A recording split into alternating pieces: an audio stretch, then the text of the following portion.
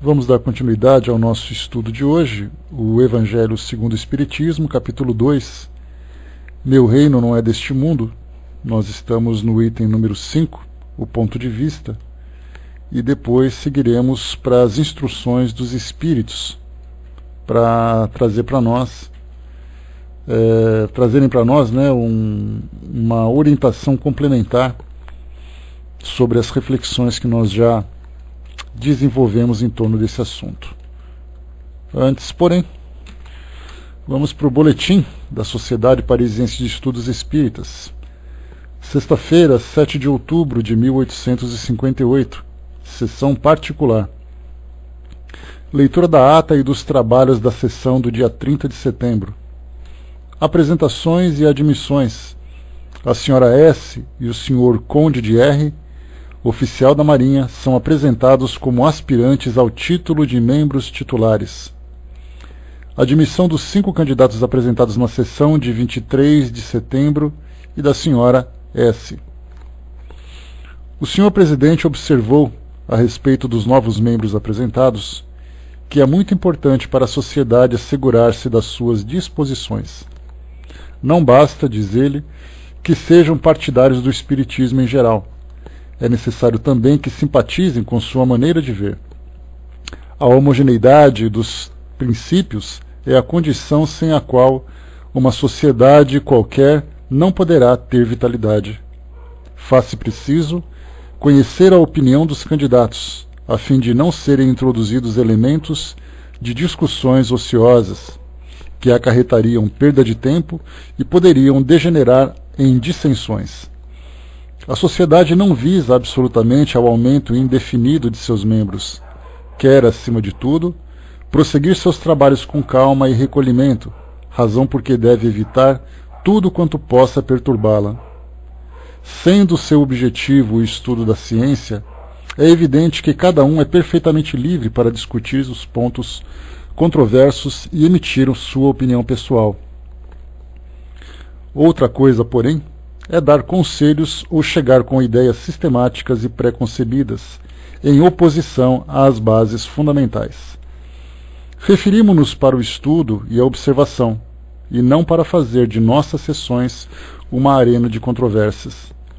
Devemos, aliás, reportar-nos aos conselhos que nos foram dados em muitas ocasiões pelos espíritos que nos assistem, e que incessantemente nos recomendam a união como condição essencial para alcançar o objetivo a que nos propomos e obter o seu concurso. A união faz a força, dizem-nos eles. De outro modo, correremos o risco de atrair os espíritos levianos, que nos enganarão. É por isso que nunca dispensaríamos demasiada atenção aos elementos que introduzimos em nosso meio. Então aqui, nesse trecho, né, que era exatamente a base fundamental da sociedade, Kardec fala sobre isso, tanto lá no nosso Livro dos Médiuns, como também já fez um comentário no próprio Obras Póstumas, se eu não me engano, né? Grande abraço, Tino. Então, falando do Obras Póstumas, sobre a importância da homogeneidade dentro de um grupo, exatamente porque a sociedade que tinha como propósito, né, bom dia pessoal que chegou, que tinha como propósito o estudo objetivo da ciência, do aspecto científico da doutrina espírita, então qualquer tipo de participante que viesse provocar algum tipo de controvérsia, desviando desse propósito, acabaria então criando uma desarmonia geral no grupo e, consequentemente, submetendo o grupo ou sujeitando o grupo a influências negativas, exatamente pela falta de simpatia entre os seus participantes. Então, como lá era uma sociedade restrita, não era aberta ao público, então nós temos ali, né, esse critério de seleção. E aqui no nosso grupo não é muito diferente também, né? A única diferença é que nós temos aqui um controle imediato, né, da harmonia do trabalho que se desenvolve, do trabalho que se desenvolve, enquanto que na sociedade, né, por ser uma reunião presencial e tudo mais, então havia esse cuidado, né, de convidar as pessoas inicialmente para conhecer o trabalho quando se dispõe a isso, né, e depois fazer um julgamento, né, do seu conhecimento, do seu caráter, para depois fazer uma eleição para admiti-la junto ao grupo. E continua aqui o nosso boletim. Designação de 3 novos comissários para as 3 próximas sessões gerais. Né, então havia aqui a eleição de comissários ou coordenadores, né, do trabalho para poder dirigir, né, os estudos da sociedade. Comunicações internas. O Sr. Tug transmite nota sobre um fato curioso de manifestação física, reportado pela Sra. Ida Pfeiffer no relato de sua viagem a Java. Né? O que era bacana, que a gente sempre observa nos trabalhos da sociedade, é que eles se encontravam para discutir temas que eles viam no dia a dia deles. Relatos em jornais, histórias que eram contadas, que tinham ali um fundo de verdade, observações que faziam, tanto na França como em qualquer outra parte do mundo onde eles se encontravam. Aqui no caso, a ilha de Java, por exemplo, na Polinésia, observaram um fenômeno mediúnico lá, numa viagem, e essa informação, então, foi anotada pela senhora Pfeiffer e depois trazida para debate na sociedade, e tantos outros que a gente já viu. Outra comunicação, o Sr. Peck, né, sempre abreviaturas que Kardec utilizava, né, ou que eles utilizavam, refere-se a um fato pessoal de comunicação espontânea da parte do espírito de uma mulher que em vida era lavadeira de péssimo caráter. Como espírito, seus sentimentos não mudaram, continuando a mostrar um cinismo verdadeiramente malévolo. Entretanto, os sábios conselhos do médium parecem exercer sobre ela uma salutar influência. Suas ideias modificam-se sensivelmente. Terceiro comunicado. O Sr. R. apresenta uma folha na qual obteve a escrita direta, produzida à noite em sua casa, espontaneamente, depois de tê-la em vão solicitado durante o dia. A folha, aliás, não traz senão 2 palavras: Deus, Fenelon. Né? Bacana, né? Então ele já fazia ali um preparo durante o dia para que vivenciassem ou experimentassem ou presenciassem fenômenos, né, mediúnicos ou fenômenos espíritas, para depois submeterem ao debate. Né? Quem de nós aqui conseguiria fazer isso? Né? Teria assim essa liberdade, muitas vezes até essa coragem de esperar dentro de casa um fenômeno para depois levar para a sociedade, né, ou para o centro espírita para debater. Próximo item, estudos. Evocação da senhora Ida Pfeiffer, célebre viajante, né? Os 3 cegos, parábolas de São Lucas, dada em comunicação espontânea. Terceiro, o senhor LG esteve em São Petersburgo, dizendo que é médium intuitivo e pedindo à sociedade o especial obséquio de obter de um espírito superior alguns conselhos a seu respeito, a fim de esclarecê-lo sobre a natureza e a extensão da sua faculdade, para que possa dirigir-se de acordo com eles. Um espírito dá espontaneamente e sem perguntas prévias os conselhos que serão transmitidos ao Sr. G. Atendendo a pedido de vários membros que moram muito longe, o Sr. Presidente informa à sociedade que, doravante, as sessões começarão às 8 horas, a fim de poderem terminar mais cedo. Né? Então isso aqui foi o nosso boletim da Sociedade Parisiense de Estudos Espíritas do dia 1º de outubro de 1859, né? Uma sessão particular, numa sexta-feira, e agora, a partir desse dia, as reuniões começariam então às 8 horas da noite. Nosso próximo boletim é amanhã, sexta-feira, dia 14 de outubro de 1859. Agora uma sessão geral, diferente da que nós tivemos hoje, que foi uma sessão particular. Vamos em frente. Bom dia, pessoal que chegou. Vamos aqui então voltar para o nosso Evangelho segundo o Espiritismo. Nós estamos agora no item número 5, o ponto de vista, né, do nosso capítulo Meu Reino Não É Deste Mundo. Diz aqui para nós Kardec: a ideia clara e precisa que se faça da vida futura dá uma fé inabalável no porvir, e essa fé tem consequências enormes sobre a moralização dos homens porque muda completamente o ponto de vista pelo qual eles encaram a vida terrena. Para aquele que se coloca pelo pensamento na vida espiritual, que é infinita, a vida corporal não é mais do que uma rápida passagem, uma breve permanência num país ingrato. As vicissitudes e as tribulações da vida são apenas incidentes que ele enfrenta com paciência, porque sabe que são de curta duração e devem ser seguidos de uma situação mais feliz. A morte nada tem de pavoroso, não é mais a porta do nada, mas a da libertação, que abre para o exilado a morada da felicidade e da paz. Sabendo que esse que se encontra numa condição temporária e não definitiva, ele encara as dificuldades da vida com mais indiferença, do que resulta uma calma de espírito que lhe abranda as amarguras. Pela simples dúvida sobre a vida futura, o homem concentra todos os seus pensamentos na vida terrena. Incerto do porvir, dedica-se inteiramente ao presente. Não entrevendo bens mais preciosos do que os da terra, ele se porta como uma criança que nada vê além dos seus brinquedos e tudo faz para os obter. Nada do menor dos seus bens causa-lhe pungente mágoa. A perda do menor dos seus bens causa-lhe pungente mágoa. Um desengano, uma esperança perdida, uma ambição insatisfeita, uma injustiça de que for vítima, o orgulho ou a vaidade ferida, são tantos outros tormentos que fazem da sua vida uma angústia perpétua, pois se entrega voluntariamente a uma verdadeira tortura de todos os instantes. Até aqui o que a gente vai analisando junto com Kardec, e naturalmente com a inspiração dos amigos espirituais, eles vão trazendo para nós uma linha de pensamento que tem como objetivo promover uma transformação inicial. Isso porque nós sabemos que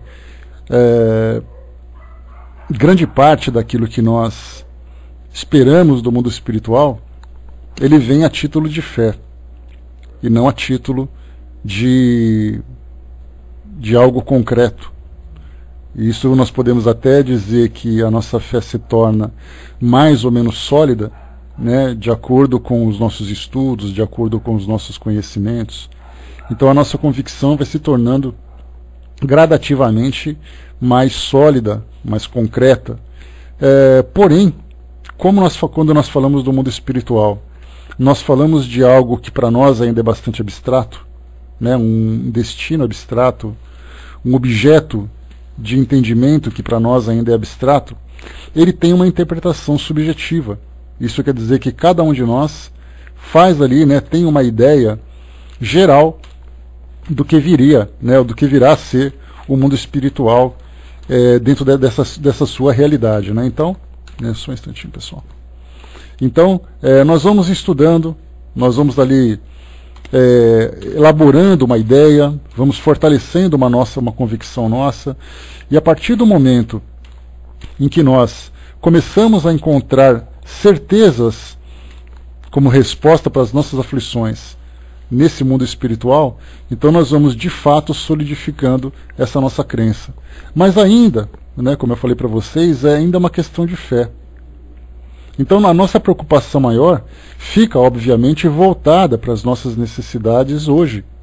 Então quando eu falei para vocês que os espíritos, junto com Kardec, procuravam lançar uma nova ideia, apresentar para nós uma nova linha de pensamento, significa que é uma semente que foi lançada, é uma semente que foi plantada, e a partir dali então ela começa a germinar, só que sem aquela pressa que nós naturalmente temos, mas é algo que vai ser lançado para que nós vamos cultivando encarnação após encarnação, experiência após experiência. Então, mesmo que nós tenhamos uma determinada religião que apresente para nós o mundo espiritual, é muito natural que nós foquemos a nossa atenção na realidade do dia a dia. com o dinheiro que eu tenho que ganhar, com as coisas que eu preciso comprar, com os compromissos, né, que eu devo cumprir. Então, nós vamos sempre nos preocupando com o nosso dia a dia. Mas esse ensinamento que vai chegando para nós tem esse objetivo, de fazer com que a gente vá gradativamente se desapegando, não negligenciando as responsabilidades, mas supervalorizando essa responsabilidade, como se a nossa vida, toda a nossa existência, dependesse dos objetos do mundo físico. E é por isso que todas essas aflições que nós temos hoje, basta a gente ver, por exemplo, né, o sofrimento que nós temos quando não conseguimos comprar alguma coisa que nós queremos, da marca que nós queremos, do modelo que nós queremos, quando nós olhamos para o vizinho, para alguém na rua que tem alguma coisa que nós não temos, sem que necessariamente precisemos daquilo de fato para sobreviver. Então é a minha roupa, é o meu carro, é a minha casa, é o lugar para onde eu vou, é o tipo de título acadêmico que eu tenho, é o lugar onde eu trabalho. Então nós naturalmente vamos fazendo essa comparação, como se, mesmo se nós tivéssemos uma vida que desse para nós o necessário para que nós nos desenvolvêssemos, porque nós sabemos que nós não estamos aqui no mundo físico para construir um patrimônio. O patrimônio vem como consequência de uma segurança que nós esperamos para poder viver o nosso dia a dia. Mas nós vivemos aqui então pensando o seguinte: o nosso grande objetivo, você nasce, estuda, você arruma um emprego, aí você pode eventualmente se casar, você tem que comprar o seu patrimônio para chegar no fim da vida e mostrar exatamente ali todo, né, o seu histórico de conquistas aqui do mundo físico e todo o seu inventário para poder descrever o seu patrimônio. Esse é o objetivo que, de um modo geral, nós aprendemos a viver aqui. Mas nós não temos, por exemplo, um relatório que mostre assim, qual é o seu caráter? Quais foram as conquistas morais que você teve? Nós podemos perceber que tudo que fica registrado é aquilo que, de alguma forma, tem nota fiscal, ou tem um contrato, ou tem ali um registro. Fora isso, nós não temos preocupação nenhuma. Então, na verdade, nós sempre pensamos assim: eu sou uma pessoa feliz ou infeliz dependendo das minhas conquistas. Eu sou um espírito bem-sucedido ou mal-sucedido dependendo do emprego que eu tenho, da minha aposentadoria, do meu patrimônio.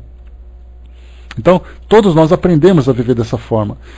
Quando nós começamos a focar a nossa atenção no mundo espiritual, nós continuamos a trabalhar aqui no mundo físico. Porque, naturalmente, nós, como eu falei para vocês, nós temos necessidades materiais, nós temos preocupações com a nossa segurança material, com a segurança da nossa família. Mas nós não começamos, então, exclusivamente a viver em função disso.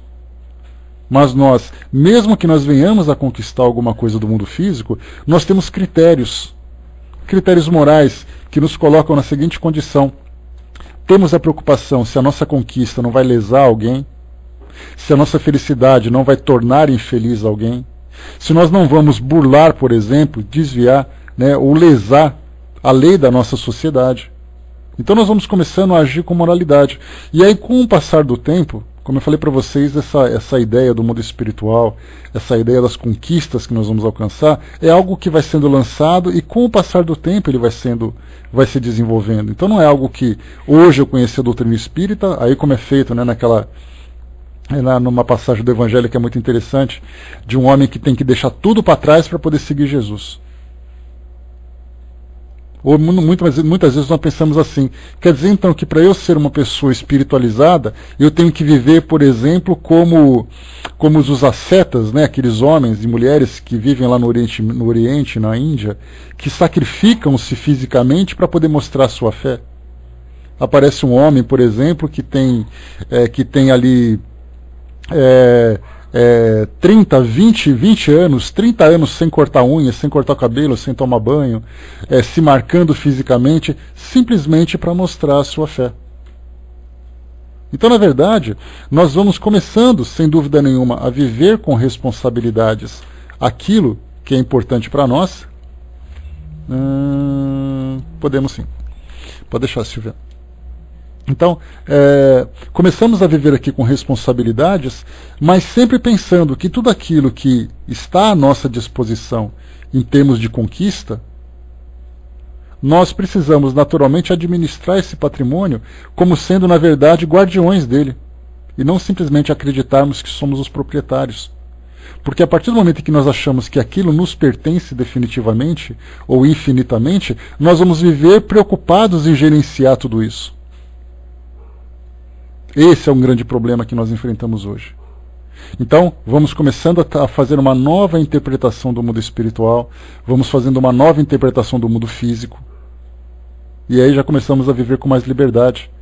Porque, como Kardec lembrou aqui nessa passagem inicial, grande parte das nossas aflições vem em função das nossas insatisfações.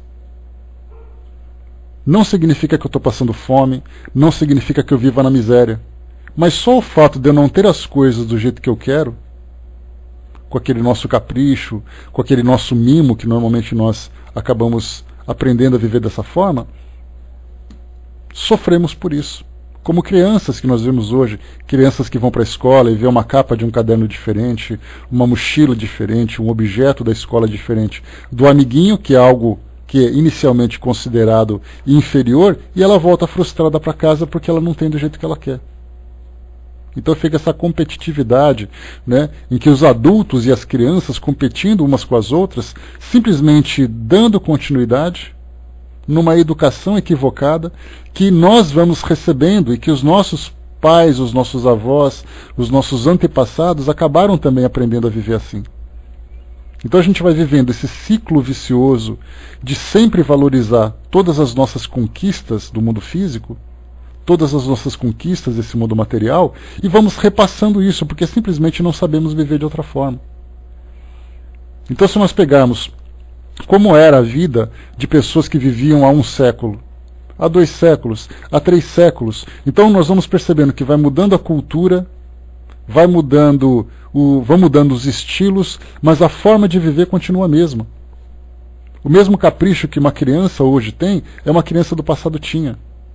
A mesma coisa que um adulto hoje ambiciona, um adulto do passado ambicionava. E a gente vai se perguntando, até quando nós vamos ficar alimentando esse ciclo vicioso? Até quando nós começarmos, então, a alcançar uma compreensão diferente a respeito do sentido de nossa própria vida? E agora é o momento em que a gente começa a se espiritualizar mais. Então eu vou trabalhar com responsabilidade para poder conquistar aquilo que eu preciso, para poder me dar aquela estabilidade, aquela segurança, mas eu vou ter preocupação também em valorizar esse patrimônio não apenas como objeto pessoal, mas como um instrumento de trabalho aqui no mundo físico.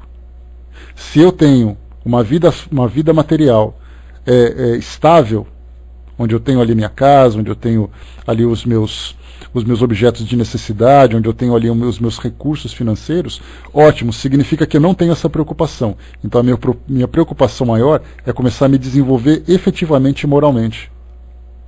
Porque aqueles que passam necessidades, nós já estudamos sobre isso, falando sobre a prova da riqueza e a prova da pobreza, que inclusive, como eu já trouxe para vocês, daquela nossa coleção de psicografias, numa reunião feita no centro espírita, veio um espírito espontaneamente falar sobre a prova da riqueza que ele viveu aqui no mundo físico e acabou fracassando.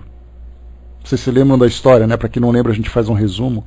Era um jovem advogado que vivia junto com o pai no mesmo escritório, e o pai é uma pessoa muito generosa. Então ele prestava serviço para pessoas que não tinham condições de ter uma assessoria jurídica, e aí então ele cobrava de quem podia cobrar e prestava serviços gratuitos para quem não tinha condições. E isso foi ano após ano, e aquela quantidade enorme de pessoas muito bem vestidas que frequentavam o seu escritório, a sua empresa, e depois pessoas muito humildes também iam até lá. E isso provocava no filho, embora ele aceitasse essa doutrina do pai, provocava um certo desconforto. O pai então veio a desencarnar, o filho assumiu a direção e cortou qualquer tipo de serviço gratuito que poderia ser feito. Se alguém quisesse ser atendido pelo escritório, teria que pagar por esse serviço. E aí, então ele começou a se envolver com empresários, com pessoas de maior poder aquisitivo, que usavam o seu serviço para poder resolver problemas de fraudes, de desvios da lei, todas essas atividades escusas, né, que a gente pode chamar assim. E aí então, depois de um tempo, esse jovem desencarnou. E aí ele acabou se deparando com o seu pai, né, que não era assim aquela cobrança né, que fala aquela cobrança de você devia ter feito isso, né, mas aquela pergunta amorosa, por que você não continuou? E ao mesmo tempo que ele encontrava também muitas daquelas pessoas humildes que ele recusava no seu consultório. E aí então ele trouxe esse depoimento dizendo que ele teve a oportunidade de utilizar um recurso material que ele herdou do pai para poder continuar auxiliando as pessoas em nome da caridade, em nome da fraternidade e tudo mais, mas ele acabou alimentando a sua ambição e enriqueceu, teve uma vida material muito farta, mas voltada para esse lado do egoísmo e até mesmo da imoralidade, pelo tipo de serviço que ele prestava para alguns dos seus clientes. E aí então na mesma reunião, foi debatido então, né, porque o rapaz falou assim, não, porque a prova da riqueza é muito difícil, porque você acaba fraquejando nos seus valores, etc, etc. Em seguida, na mesma reunião, veio um outro espírito dizendo, é muito fácil para vocês falarem da prova da riqueza quando vocês não passaram fome. E aí então ele relatou que ele vivia, né, esse jovem, numa favela do Rio de Janeiro, onde ou eles tinham almoço ou eles tinham janta, era aquele barraco cheio de irmãos, a mãe ali com necessidade, e ele então acabou se desviando e foi para a vida do crime. Então a gente vê que esses dois espíritos passam por provas diferentes, provas de caráter muito difícil, cada um de acordo com a sua necessidade, e os dois fraquejaram nesse caso, mas nós temos também grandes depoimentos de espíritos que vieram também na prova da riqueza e na prova da pobreza e foram bem-sucedidos. Um exemplo disso, por exemplo, é o caso de Frederico Figner, irmão Jacó, que foi aquele que viveu como empresário da indústria fonográfica brasileira, né, nas décadas passadas, e sendo empresário, ser uma pessoa reconhecida, bem-sucedida, foi uma pessoa extremamente generosa, que utilizava a sua posição como empresário não para poder enriquecer, mas para poder prestar um serviço para ajudar todos aqueles que estavam sob seu comando como funcionários da empresa, que eram seus subordinados. E da pobreza a mesma coisa, pessoas que viviam uma vida extremamente humilde, mas mesmo que tivesse que pegar papelão na rua, que tivesse que lavar roupa, que passasse por doença, eram pessoas extremamente dignas e honestas naquilo que faziam, e retornaram ao mundo espiritual recebido como grandes vencedores de suas próprias provas. Então, temos ali esses exemplos que os espíritos nos trazem, mostrando exatamente isso. Esse é um grande propósito que a doutrina espírita abre para nós, é abrir esse canal de comunicação com o mundo espiritual para conhecermos essa realidade. É aquela janela que se abre, porque normalmente é assim, a gente faz uma pequena analogia, eu já vou ler a área de texto, tá, pessoal? Só para completar meu raciocínio aqui. A gente vê o mundo espiritual através das religiões, porque é muito interessante, observem isso. Você é seguidor de uma religião, você aprende naturalmente que o céu, que o mundo espiritual, seja sob qual denominação for, é o seu destino, e você fica como se estivesse na seguinte condição: você tivesse parado em frente a uma grande muralha, tentando imaginar o que tem do outro lado.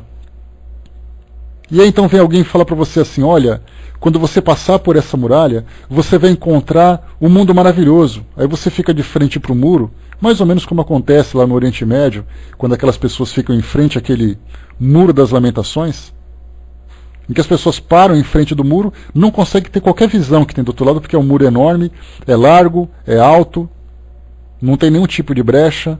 Então todo mundo fica assim, quando eu chegar do outro lado eu vou tentar tal coisa, quando chegar do outro lado eu vou encontrar fulano, quando eu fizer isso. Aí você pergunta, mas quem te disse que você vai encontrar isso? Ah, porque está escrito, ou porque alguém me falou, ou porque alguém me deu essa ideia. Mas na verdade não existe uma convicção do que tem do outro lado. Quando nós começamos a estudar o mundo espiritual, não estou falando que a doutrina espírita é fora da doutrina, não há salvação, porque nós sabemos que os espíritos se manifestam em todos os ambientes. Você pode ser um católico, um evangélico, um budista, um muçulmano, um judeu, um shintoísta, não importa. Se você tem a sensibilidade mediúnica e você consegue vislumbrar o mundo espiritual, é como se você estivesse diante dessa grande muralha com um buraquinho na sua frente onde só você pode olhar.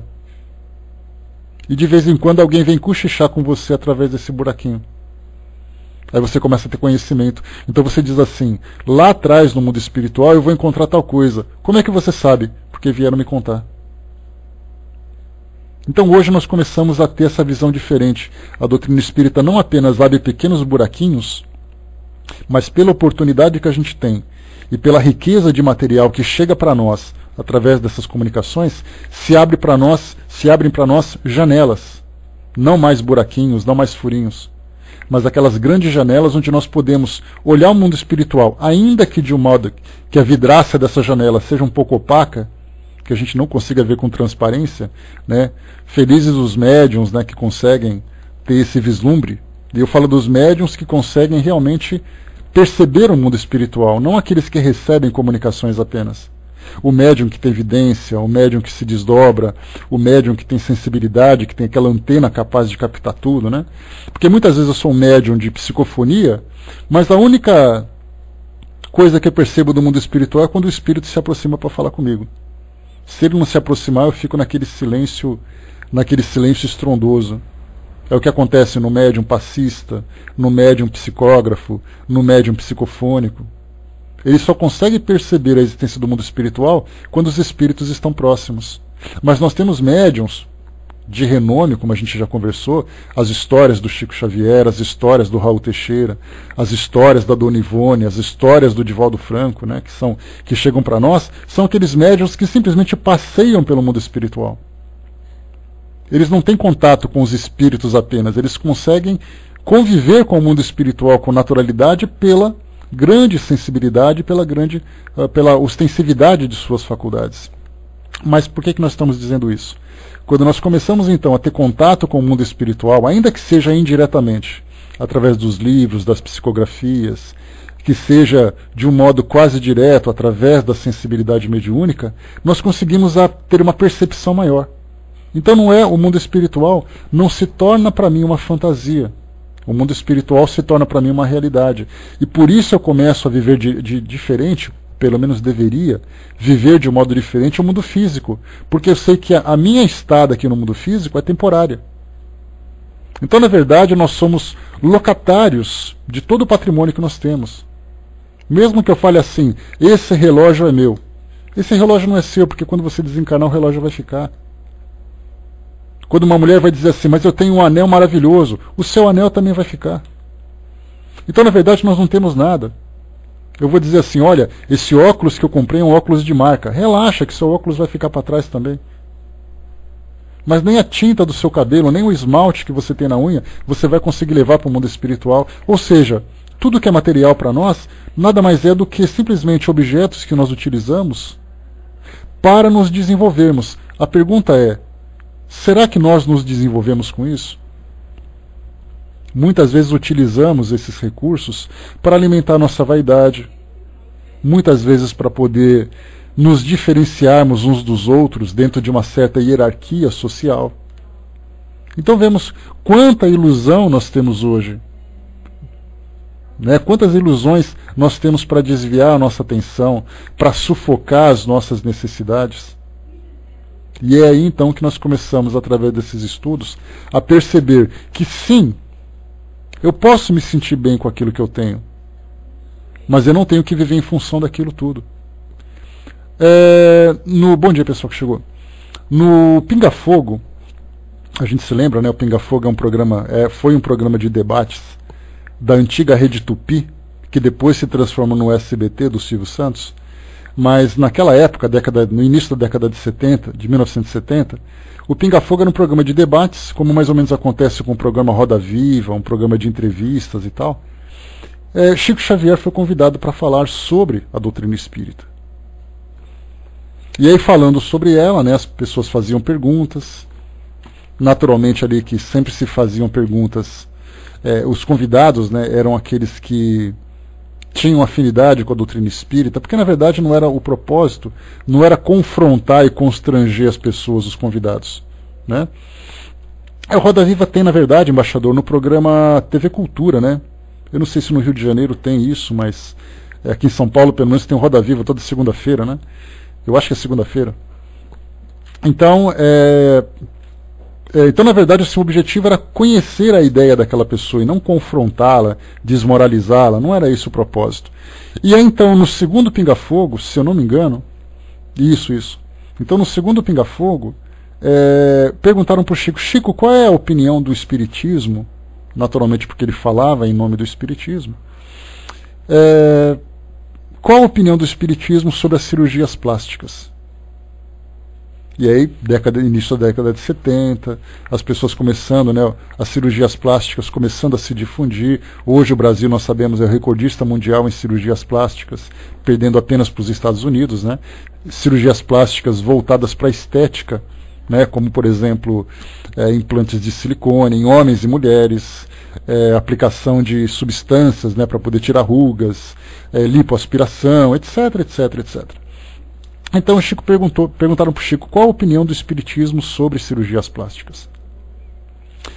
O Chico falou assim: olha, muitas vezes, mais ou menos com essas palavras, né, depois vocês podem procurar no YouTube, coloquem ali Pinga Fogo, cirurgias plásticas, vocês vão encontrar ali o videozinho de 3, 4 minutos com uma explicação. Mas ele fala mais ou menos com essas ideias.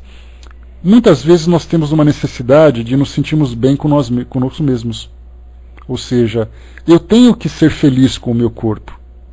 Eu tenho que, aquele auto-amor que nós sempre falamos, muitas vezes eu me ver no espelho, me sentir uma pessoa bonita, me sentir uma pessoa saudável, isso para mim é importante. A minha felicidade muitas vezes pode depender desse bem-estar. Então ele diz assim que isso é legítimo. Mas a partir do momento que você se torna dependente da sua beleza física para você se sentir bem, isso pode se tornar patológico. Aí você está valorizando muito mais a sua vaidade, porque você quer ser bonita não para você.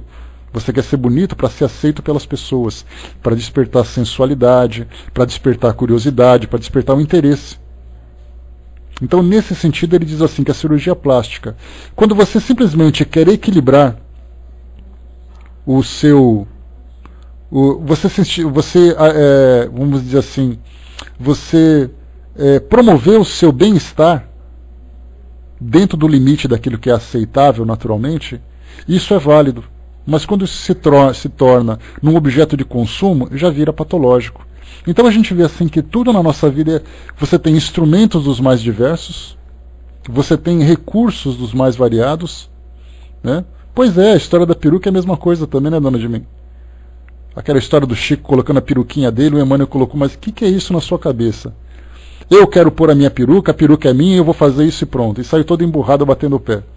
E aí tem os motivos dele lá, cada um, são as histórias das mais variadas, né, que dizem que ele tinha problemas no tecido, na pele da cabeça, ele tinha constrangimento, ele sentia frio, ou ele gostava mesmo e coisa e tal.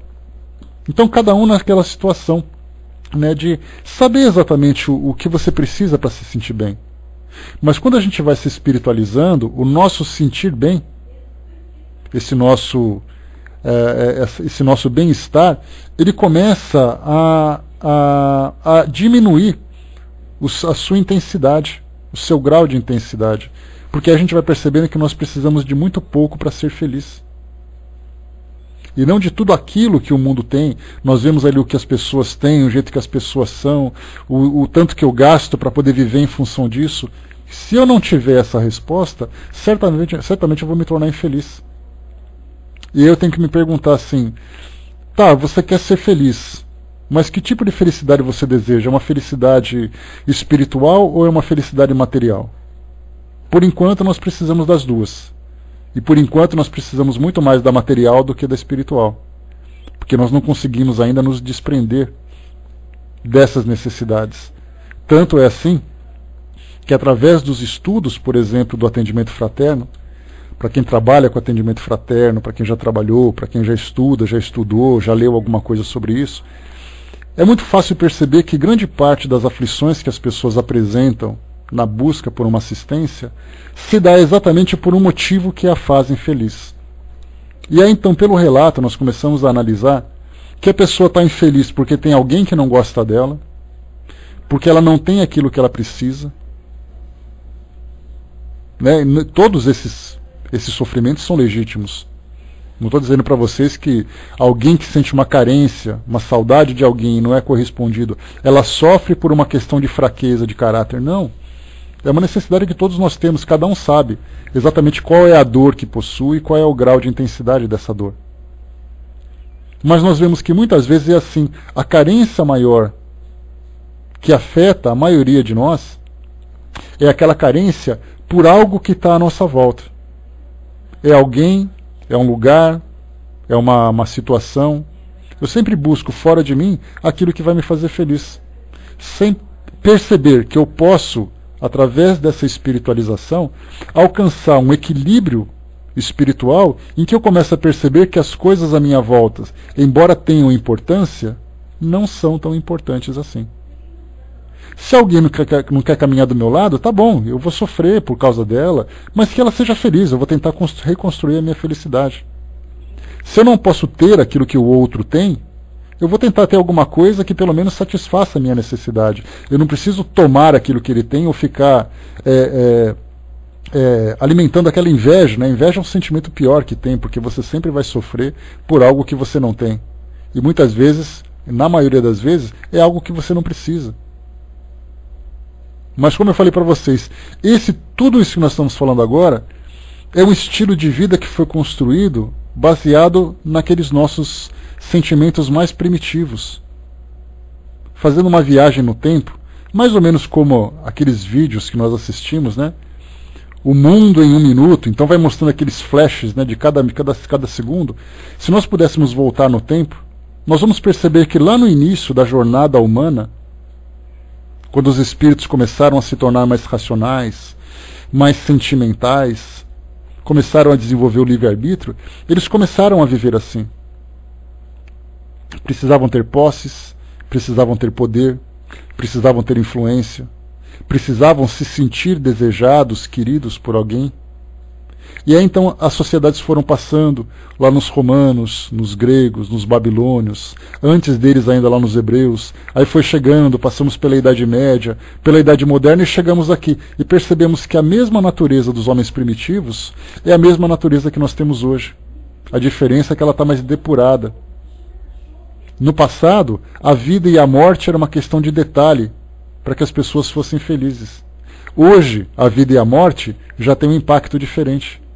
Nós procuramos preservar a vida e a morte, em qualquer circunstância, provoca em nós um certo choque. Naquela época era assim, morreu, então tá. Ou então eu mesmo mato, não tem problema.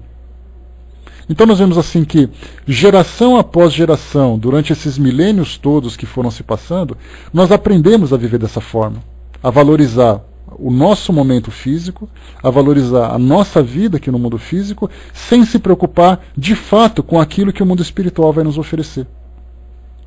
Hoje nós temos uma condição diferente.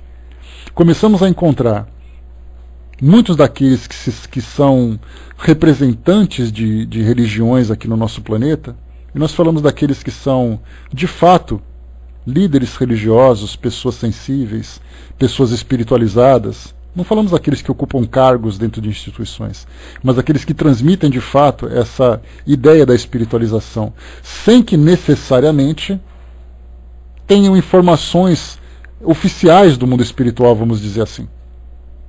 Porque nós pensamos assim, um pouco mais acima vocês falaram de Gandhi, nós podemos falar de Madre Teresa de Calcutá.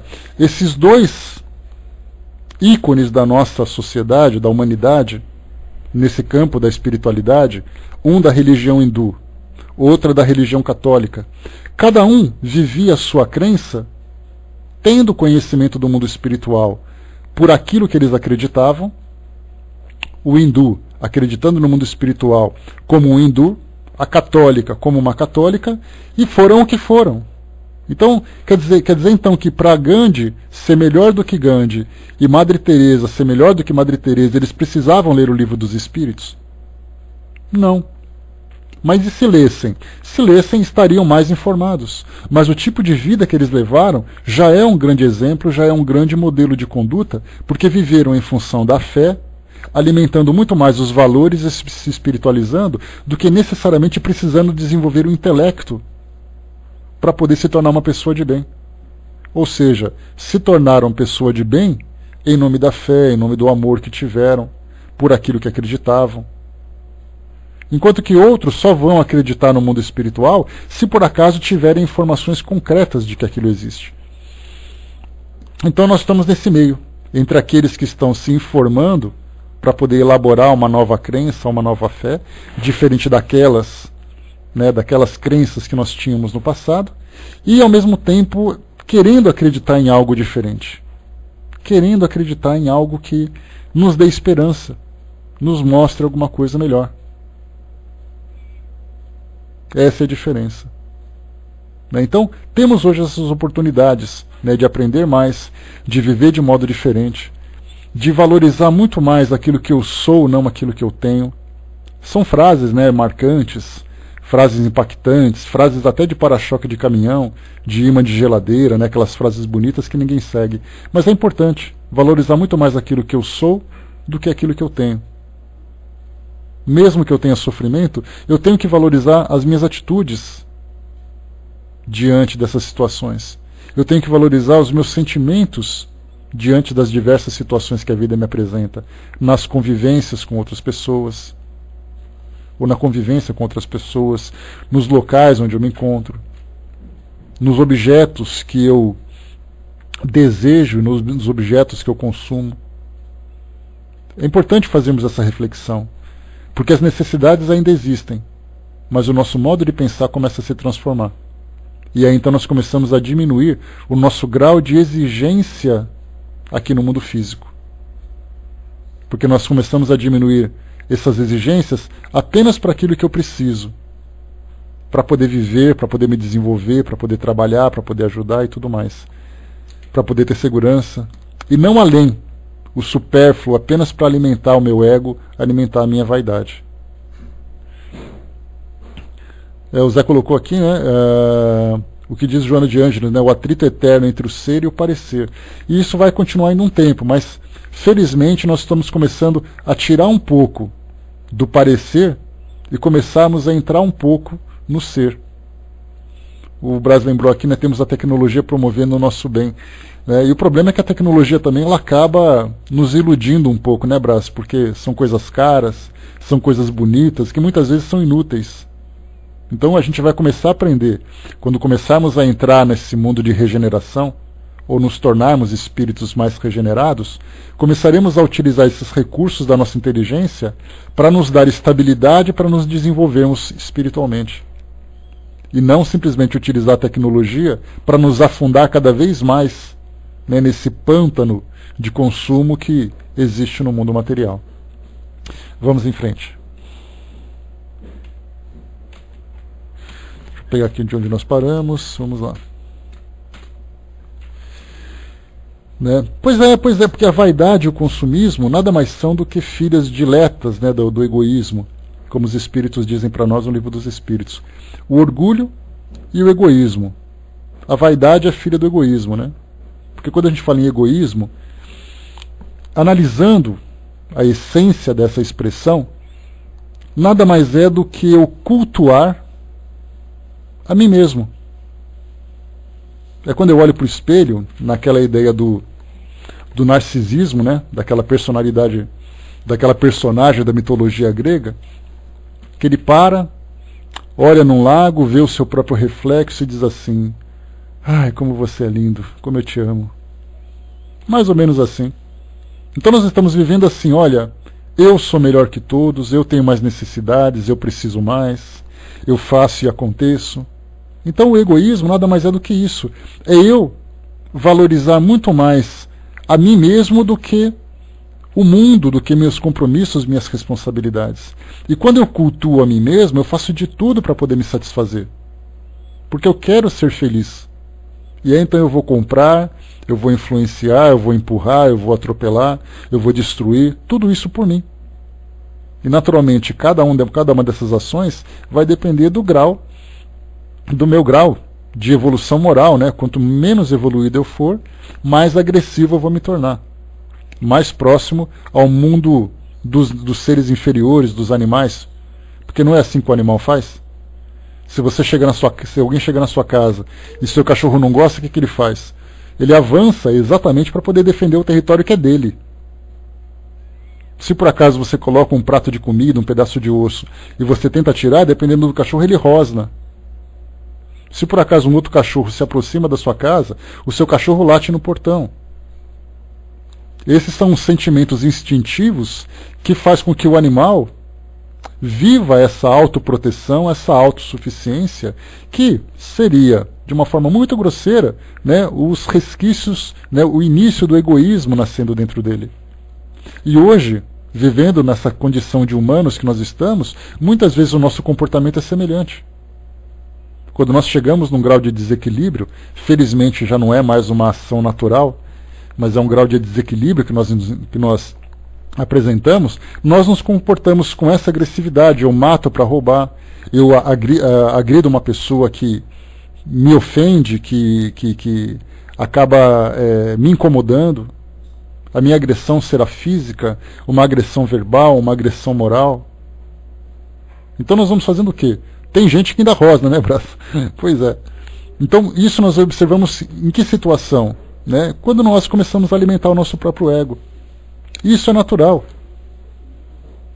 De repente você está lá vendo o seu futebol, vendo a sua novela, aí chega alguém, pega o controle da sua mão e quer mudar de canal. O que você faz? Você não rosna?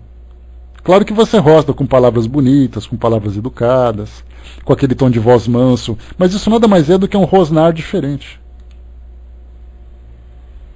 Você está assistindo sua televisão, alguém vem, passa na frente, fica mexendo, você fala, sai da frente, faz favor. O que significa isso? É um modo educado de rosnar. No trânsito, no balcão da loja, na fila do banco, tentando falar com um atendente e não consegue, é o atendente coitado lá que você está reclamando do seu telefone, do seu plano de saúde, aí o atendente que não tem nada com isso, só está lá na frente do computador, leva um esfrega como se ele fosse responsável por isso. O que significa isso? Manifestações do nosso egoísmo. Pois é, Naves. Assim a gente vai analisando, a gente vai se analisando em cada uma das situações, mostrando o quão egoísta nós ainda somos, pelo fato de vivermos ainda esses sentimentos instintivos. Mas já é hora da gente parar de fazer isso. É aquela hora de você chegar assim, você para, aí você tem aquela vontade de falar, e você para, respira fundo, segura ali uns 3 segundos, 4 segundos, aí a intensidade vai diminuindo, e aí então você se torna mais calmo, mais equilibrado. A gente vai equilibrando, é uma questão de autodoutrinação. É uma questão de domínio da própria mente, domínio dos próprios sentimentos. E esse domínio se tornará muito mais efetivo quanto mais aplicados nós formos.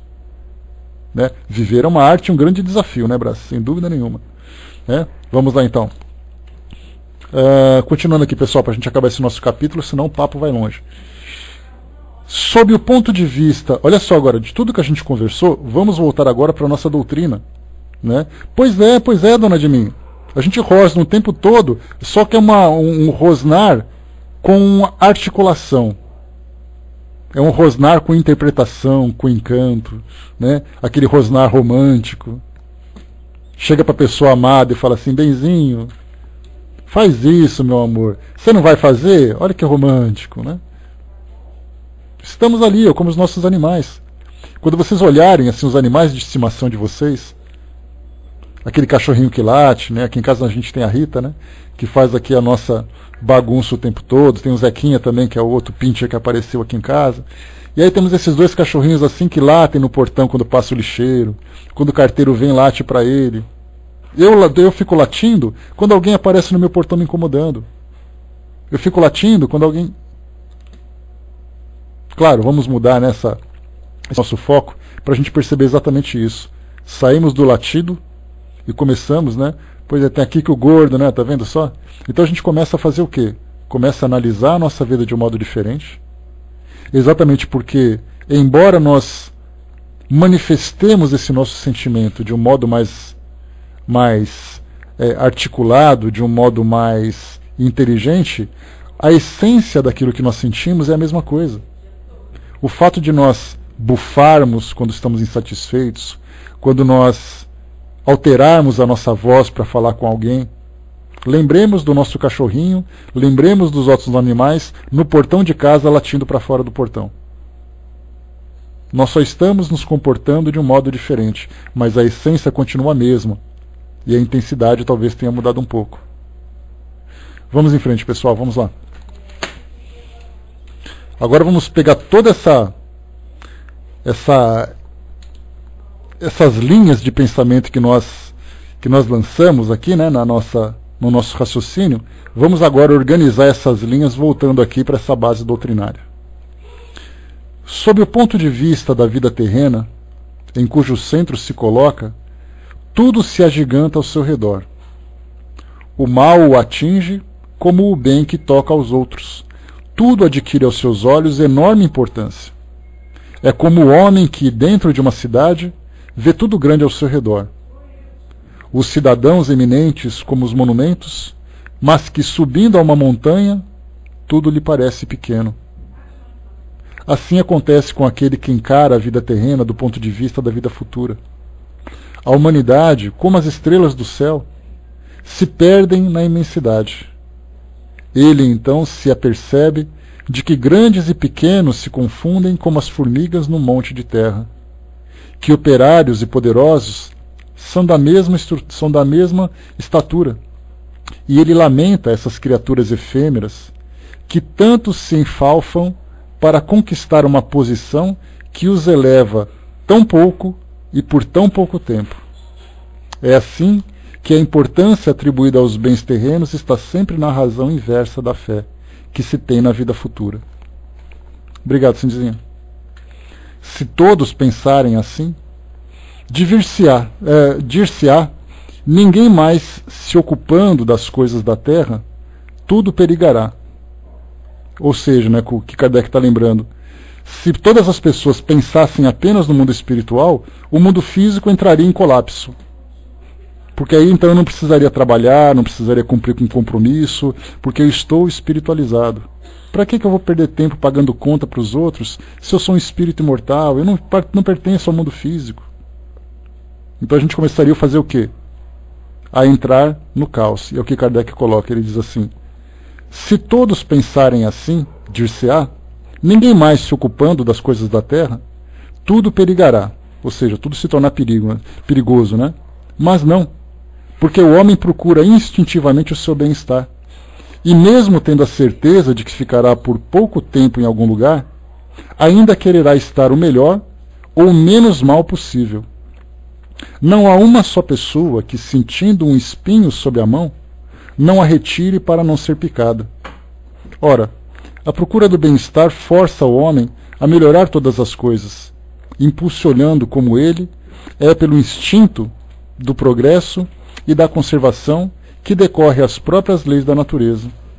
Ele trabalha, portanto, por necessidade, por gosto e por dever, e com isso cumpre os desígnios da providência que o colocou na terra para esse fim. Só aquele que considera o futuro pode dar ao presente uma importância relativa, consolando-se facilmente com seus reveses, ao pensar no destino que os aguarda. Deus não condena, portanto, os gozos terrenos, mas o abuso desses gozos, em prejuízo dos interesses da alma. É contra esse abuso que se previnem os que compreendem essas palavras de Jesus: o meu reino não é deste mundo.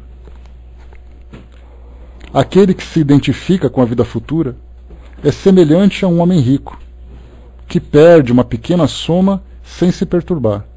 E aquele que concentra os seus pensamentos na vida terrestre é como o pobre que, ao perder tudo que possui, cai em desespero.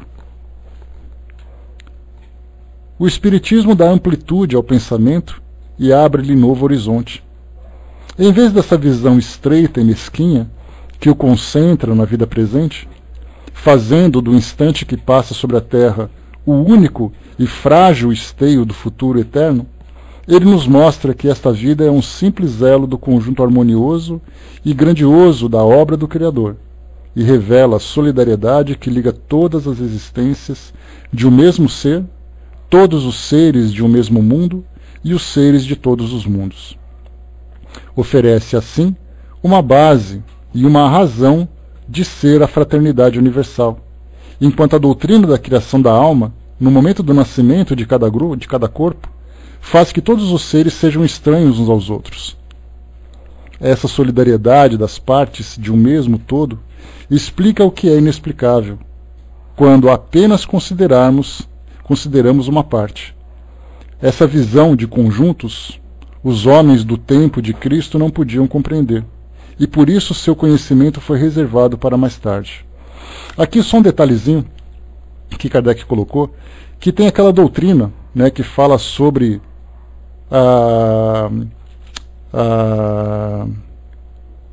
o generacionismo, que chama, né, me lembrei agora.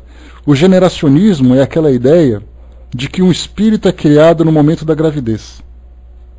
Nós temos as doutrinas que são da pré-existência, né, e a doutrina da sucessão, né, daquelas que, como se fosse o espírito de Adão e Eva, que é uma doutrina que hoje não se cultiva mais, mas só a título de curiosidade, em que Adão e Eva, que eram personagens que vistos como realidade por muitas religiões não muito antigas, né, até mesmo contemporâneas a nós, então as nossas almas seriam fragmentos daquelas almas, né, ou nós seríamos fragmentos daqueles.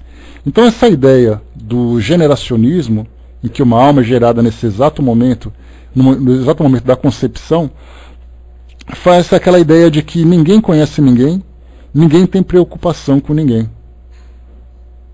Só que, na verdade, quando nós estudamos a doutrina espírita, e até mesmo daquilo que nós estudamos no livro Obras Póstumas, né, que falava sobre a solidariedade dentro de uma sociedade, mostra que nós vivemos, então, 3 círculos de responsabilidades. O círculo individual, em que as minhas escolhas afetarão apenas a mim mesmo, mas mesmo assim, todas as provas e todas as expiações que eu vivo, que eu já vivi e que eu ainda viverei, serão consequências das minhas escolhas com relação a mim mesmo. Essa é a primeira esfera. A segunda esfera é com relação ao núcleo familiar onde eu me encontro. Nenhuma família se constitui ao acaso.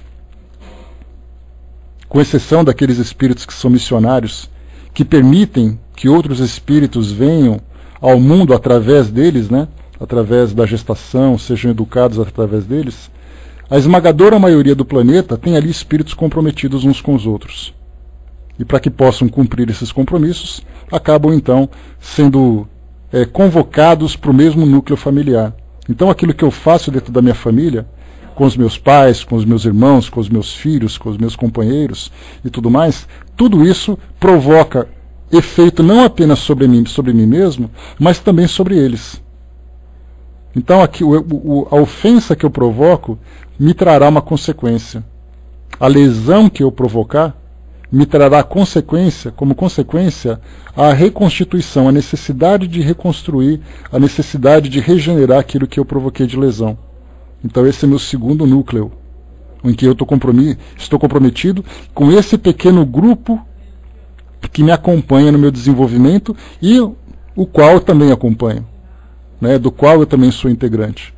E a terceira esfera é a esfera da sociedade, que Kardec lembra, né, com a ajuda de espíritos amigos ali também, que fala exatamente isso. Você não nasce no Brasil por acaso.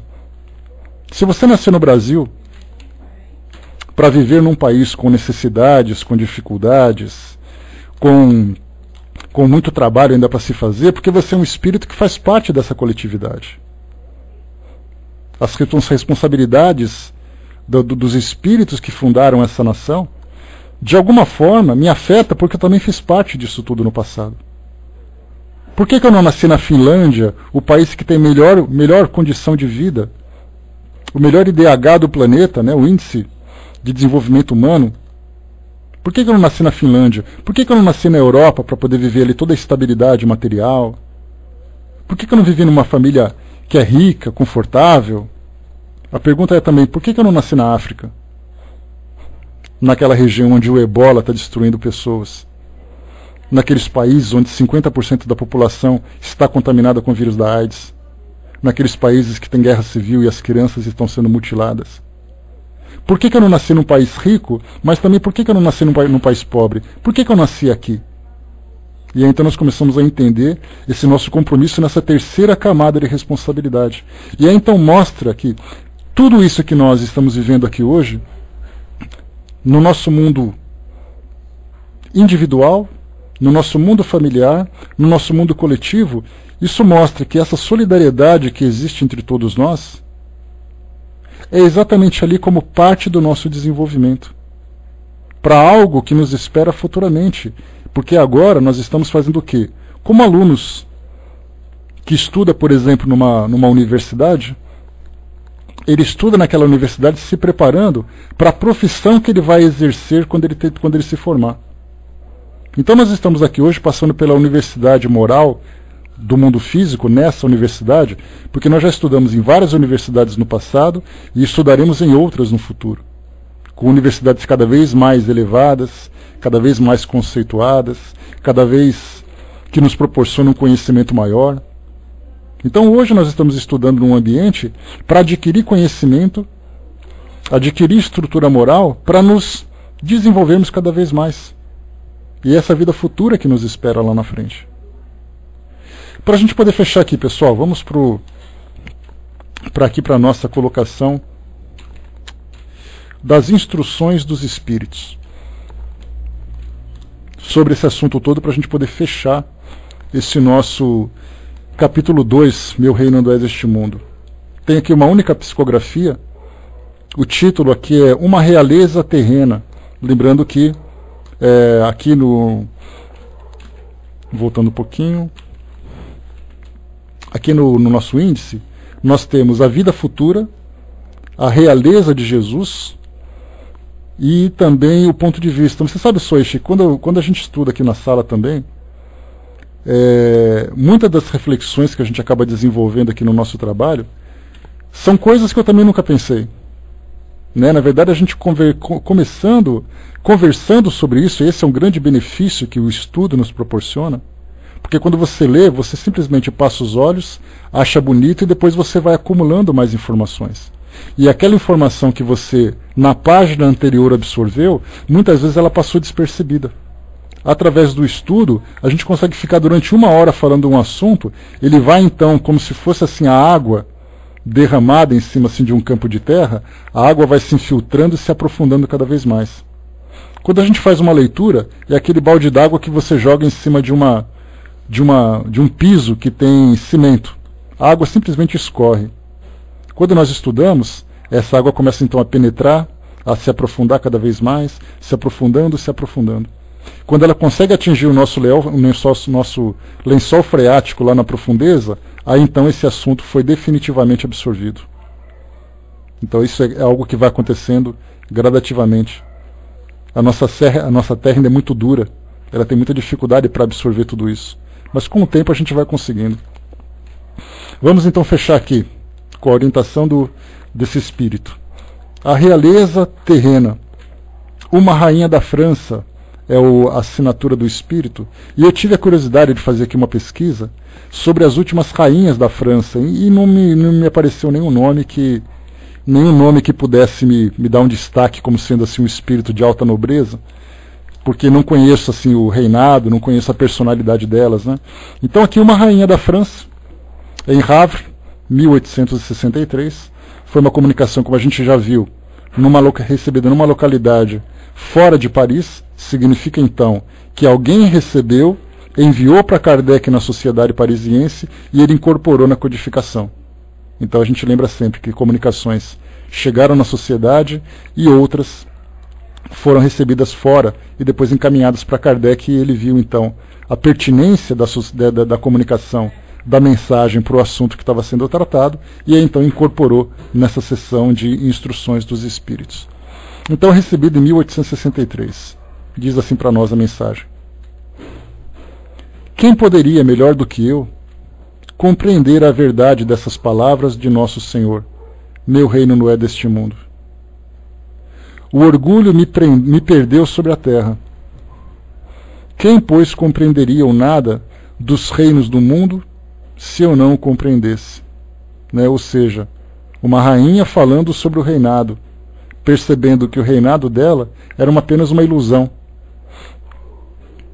O que foi que eu levei comigo da minha realeza terrena? Nada, absolutamente nada. E como para me tornar a lição mais terrível, ela não me acompanhou sequer até o túmulo. Rainha eu fui entre os homens, e rainha pensei chegar no reino dos céus. Mas que desilusão!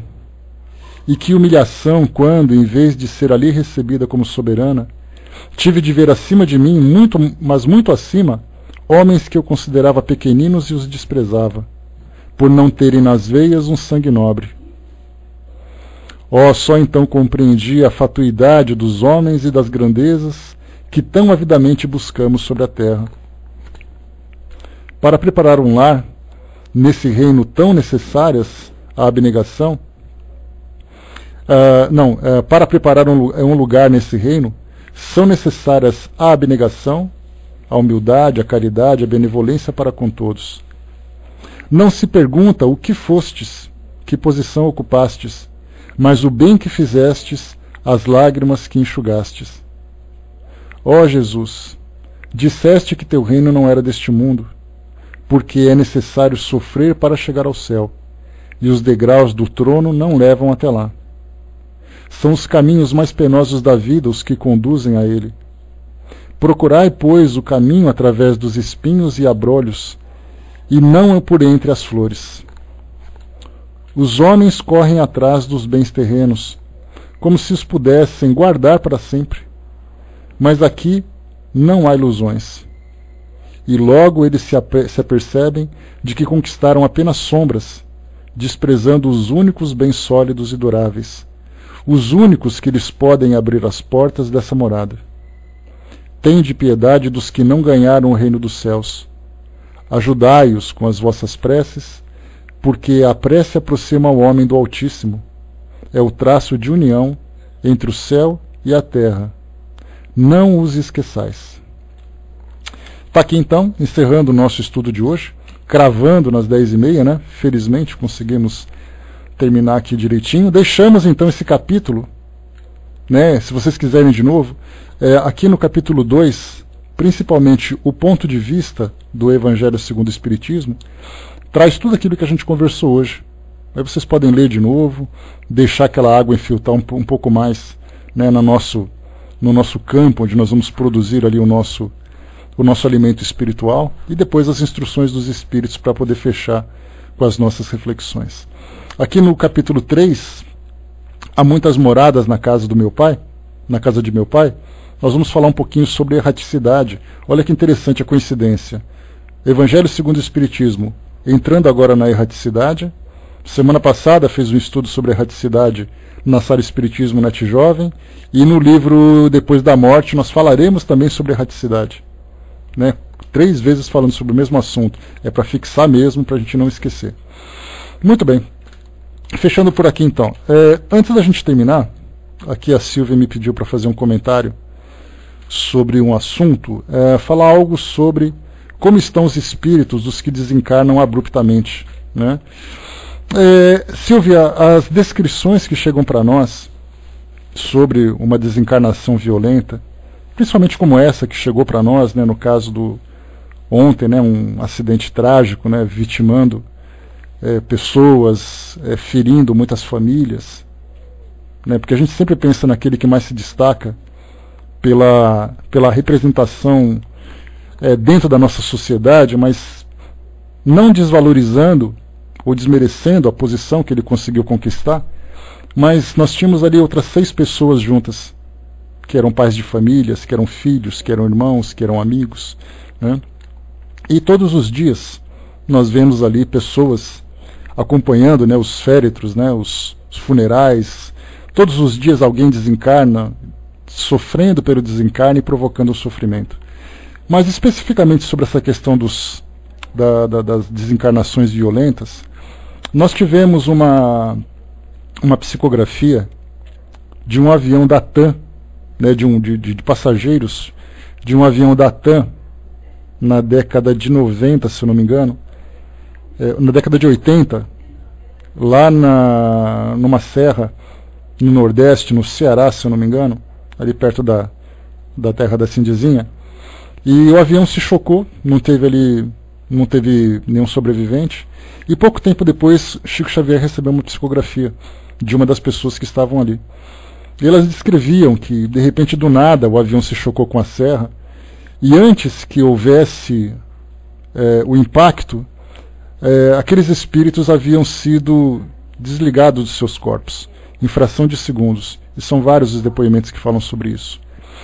Todas as vezes que você é acordado de súbito, imagina você dormindo tranquilamente, ali com a sua pantufa, com a sua touca, num dia de frio, e de repente alguém chega gritando do seu lado para que você acorde imediatamente.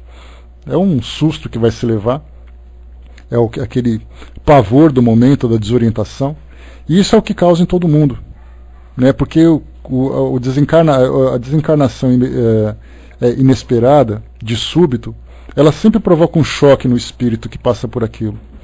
E o mais agravante de tudo isso é a falta de compreensão que nós temos a respeito da vida espiritual.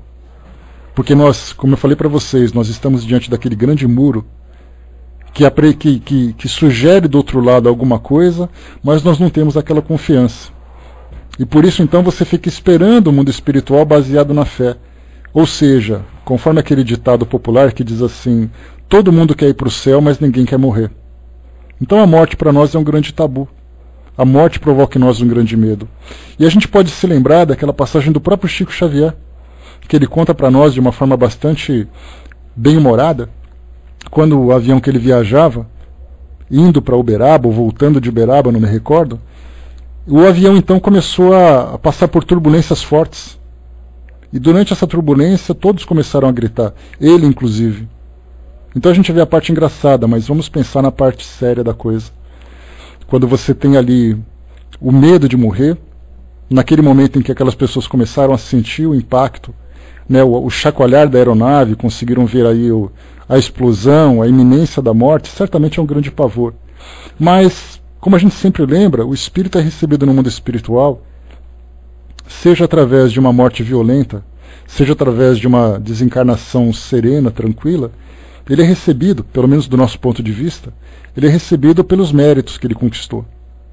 Então, na verdade, esse é um grande momento dessa corrente de orações que todos fazemos, para que esses espíritos encontrem no mundo espiritual a tranquilidade para poderem se restabelecer, se reequilibrarem. Porque mais do que isso nós não podemos fazer. Porque, como diz o Raul Teixeira, numa das suas palestras, tal vida, tal morte. Então, na verdade, a sua desencarnação será o reflexo daquilo que você viveu. E isso nós não podemos alterar. Mas nós podemos contribuir para que esses espíritos encontrem, pelo menos vibracionalmente, um pensamento tranquilo. Diferentemente que nós encontramos daquelas pessoas que são odiadas, como a gente já viu na época Saddam Hussein, Osama Bin Laden, que pessoas que quando desencarnaram, o mundo fez festa, desejando que eles sofressem muito, que eles fossem para os seus destinos mais infernais e tudo mais. Então, na verdade, assim, o que nós esperamos que todos sejam bem recebidos, né? Também no livro Quem Tem Medo da Morte, do Richard Simonetti, não é uma psicografia, não é um livro psicografado, mas é um livro de reflexões dele, né, de orientações. Ele tem uma passagem que ele diz assim, que muitas vezes uma pessoa desencarna e estava dormindo, não acordou mais. Foram observar, desencarnou. Aí todo mundo diz assim, poxa vida, ele desencarnou como um passarinho, dormindo, tranquilo. Só que na verdade é um espírito extremamente perturbado que chegou no mundo espiritual passando por situações inimagináveis para nós. Ele desencarnou durante o sono, mas não significa que ele tenha encontrado paz de espírito. Enquanto que outros desencarnam violentamente, mas tiveram todo o suporte, porque aquele tipo de desencarnação era para ele um grande aprendizado. Era um aprendizado para ele, era um aprendizado para a família, era um aprendizado para a sociedade. Porque, como eu falei para vocês, nós não somos apenas um indivíduo isolado no meio do nada. Nós somos parte de um grande organismo, de uma grande coletividade. Né? Então, esse é o que o Espiritismo traz para nós de orientação. Então, assim, todo tipo de desencarnação tem um propósito, que nós ainda não compreendemos. Cada espírito vai tirar um aprendizado daquela experiência. E nós, fazendo parte desse grande organismo, também viveremos isso. Pensando de uma forma mais simples, uma unha encravada incomoda todo o organismo. Não é assim que funciona? Uma dor de dente não é assim? É o dente que está sofrendo, mas é o organismo que passa pela experiência, que obriga todos nós juntos tomarmos decisões para aliviarmos aquele sofrimento. Então, toda a sociedade passa por isso. Quando perde o seu ídolo, quando sofre uma catástrofe, quando passa por uma grande necessidade. Então, na verdade, é um aprendizado individual para aquela família, para todos nós enquanto nação. E aí, então, é aquela solidariedade coletiva, né, que vai fazer com que cresçamos espiritualmente em função daquela tragédia, ao mesmo tempo prestando a nossa solidariedade, que também é uma demonstração de crescimento espiritual. Eu estava assistindo um programa na televisão e uma frase me marcou muito, que foi dita assim do nada, né, num diálogo entre personagens, mas que é extremamente profunda. Você manifesta o seu crescimento espiritual quando você começa a se preocupar com o outro. Esse é o grande reflexo do seu crescimento. É mais ou menos como se você percebesse uma planta crescendo, o vigor daquela planta pela manifestação das suas flores. Então, se nós fôssemos plantas, nós demonstraríamos esse nosso crescimento espiritual pelas flores que nós produzimos.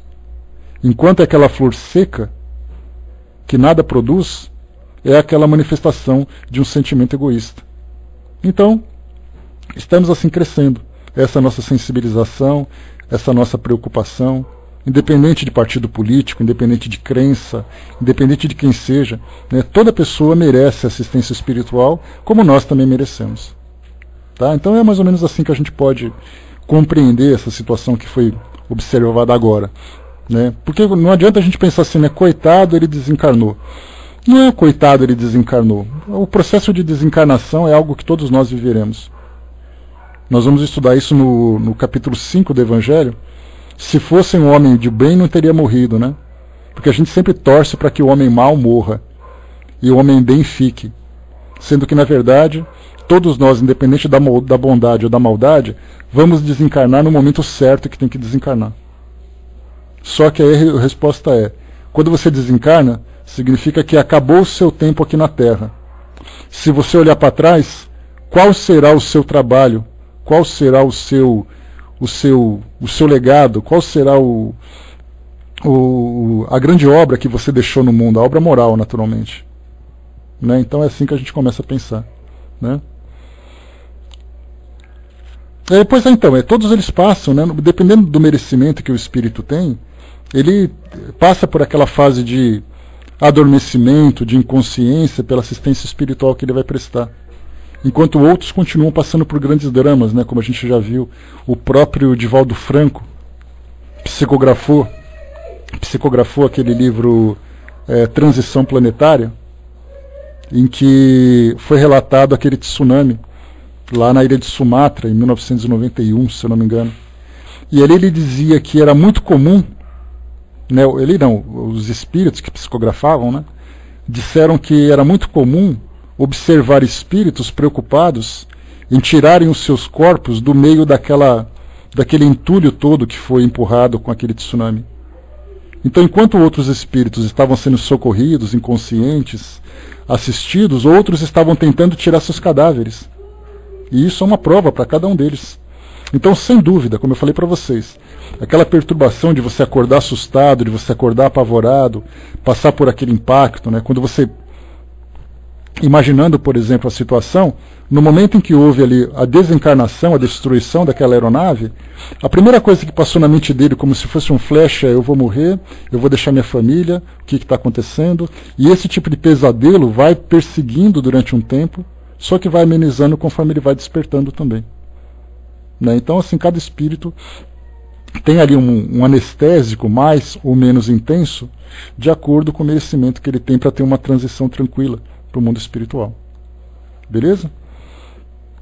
Vamos lá então, pessoal, fechando por aqui o nosso bate-papo de hoje. Depois a gente pode conversar um pouco mais sobre isso também, se não for suficiente para... Se tiver ainda alguma dúvida sobre isso, a gente pode depois dedicar assim, um espaço maior para falar sobre isso. Né? Nesse tempinho, nesses 10 minutinhos que a gente pegou aqui, foi só para trazer esse esclarecimento inicial. Mas cada espírito é um espírito. Naquela aeronave, de 7 pessoas que estavam ali, certamente cada uma teve uma desencarnação muito particular, muito específica, pela sua crença, pelo seu equilíbrio, pelos seus valores, pelo seu merecimento. Então, todos desencarnaram da mesma forma. Cada um chega no plano espiritual de uma forma diferente.